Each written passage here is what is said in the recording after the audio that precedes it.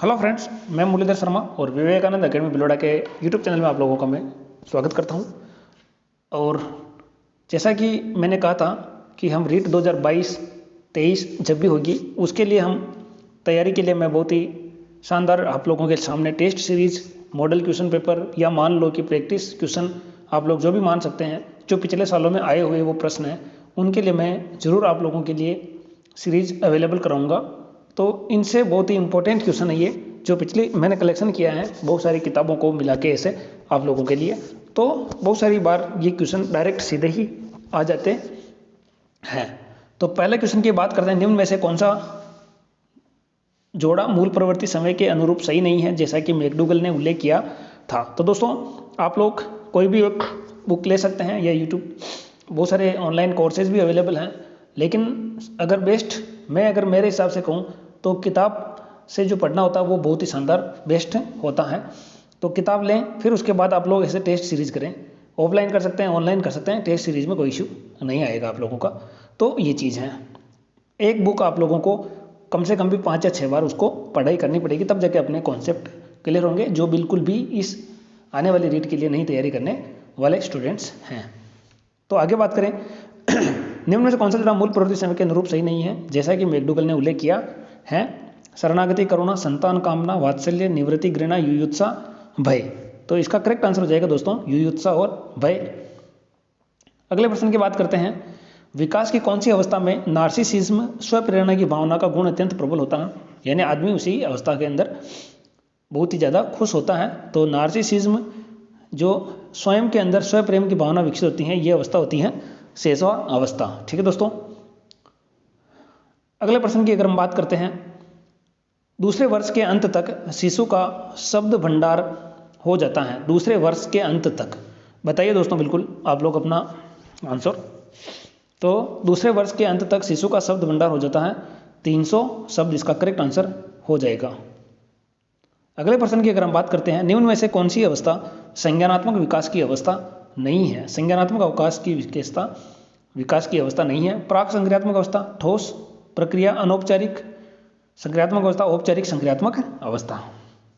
तो देखिए दोस्तों, इसके अंदर कौन सी अवस्था जो है संज्ञानात्मक अवस्था नहीं होगी, तो इसका करेक्ट आंसर हो जाएगा ए, प्राक संक्रियात्मक अवस्था संज्ञानात्मक अवस्था के अंतर्गत नहीं आती है। पांचवें प्रश्न पर आ चुके हैं दोस्तों, संवेदी पेशी अवस्था होती है। संवेदी पेशी अवस्था के बारे में पूछा है, तो संवेदी पेशी अवस्था होती है। तो संवेदी पेशी अवस्था कौन सी होती है? संज्ञानात्मक विकास, सामाजिक विकास, मनोलैंगिक विकास, नैतिक विकास। बताइए दोस्तों करेक्ट आंसर क्या होगा? करेक्ट आंसर हो जाएगा संज्ञानात्मक विकास। प्रश्न नंबर 6 पर आ चुके हैं दोस्तों हम। बिना हमारा समय खराब किए ज़्यादा से ज़्यादा क्वेश्चन हम यहाँ पर कम समय में ज़्यादा क्वेश्चन कराने की हमारे यहाँ पे कोशिश रहेगी। ये मनोविज्ञान का है, हर विषय का अलग अलग बिल्कुल आप लोगों के सामने हम प्रस्तुत करेंगे।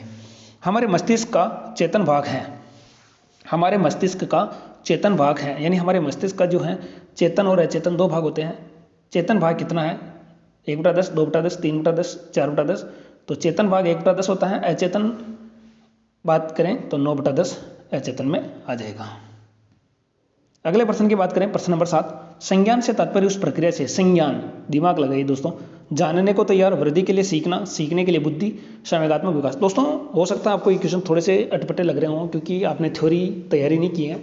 तो आराम से आप लोग थ्योरी कंप्लीट करिए, उसके बाद आप लोग बिल्कुल ऑब्जेक्टिव वगैरह क्वेश्चन आपको बहुत ही ज़्यादा देखने पड़ेंगे, क्योंकि ऑब्जेक्टिव जो क्वेश्चन आते हैं उसी से हमारी प्रैक्टिस वगैरह अच्छी होती है।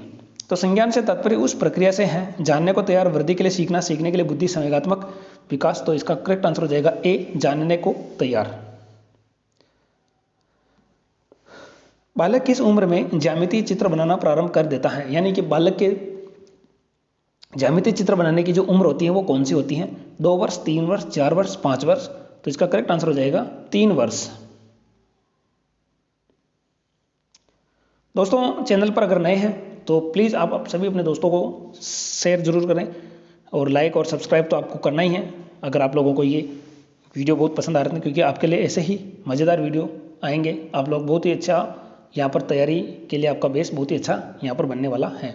जब बालक जानबूझकर कुछ तथ्यों को धारण करता है वह कौन सी स्मृति कहलाती है। जब बालक जानबूझकर कुछ तथ्यों को धारण करता है वह कौन सी स्मृति कहलाती है। स्थायी स्मृति, सक्रिय स्मृति, निष्क्रिय स्मृति, यांत्रिक स्मृति। जानबूझकर कुछ तथ्यों को धारण कर रहा है तो ये आ जाएगा सक्रिय स्मृति के अंदर। प्रश्न नंबर 10, बुद्धिमत्ता का अधिकतम विकास किस अवस्था में होता है। दोस्तों बुद्धिमत्ता का पूछा है, तो बुद्धिमत्ता का विकास, अधिकतम विकास कौन सी अवस्था में होता है।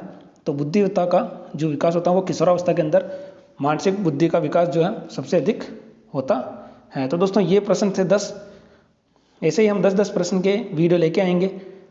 तो जहाँ पर जो प्रश्न आपको पॉज कर भी आप खुद प्रश्न बना सकते हैं कि 10 में से आपके कितने क्वेश्चन सही हो रहे हैं। तो दोस्तों उम्मीद करता हूँ आप लोगों को ये सीरीज़ पसंद आई होगी।